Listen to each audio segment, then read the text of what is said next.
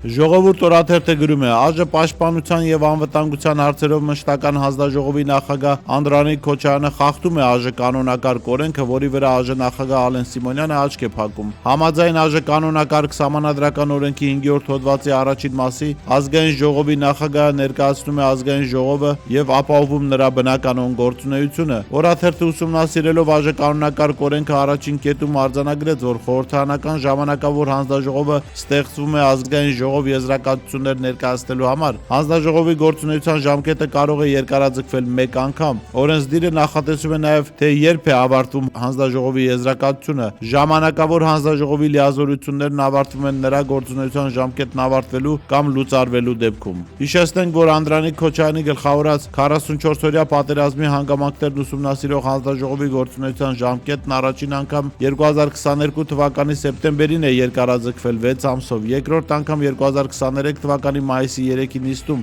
6 ամսով մինչև նոյեմբերի 3-ը, որպես երկարաձգման հիմնավորում, որն ի դեպ կանոնակարգով նախատեսված չէ, այժմ պարզաբանել է ամռանը պատգամավորները գտնվել են իրենց հասանելի կարգախոսում եւ հանձնաժողով փաստացի չի գործել իր ամբողջական կազմով։ Ուստի վերոնշյալ ժամանակահատվածի հաշվանցմամբ հանձնաժողովի լիազորությունները ավարտվելու են 2023 թվականի դեկտեմբերին ԱԺ համապատասխան նիստում հանձնաժողովի զեկույցը քննարկելու ավարտելու պահին։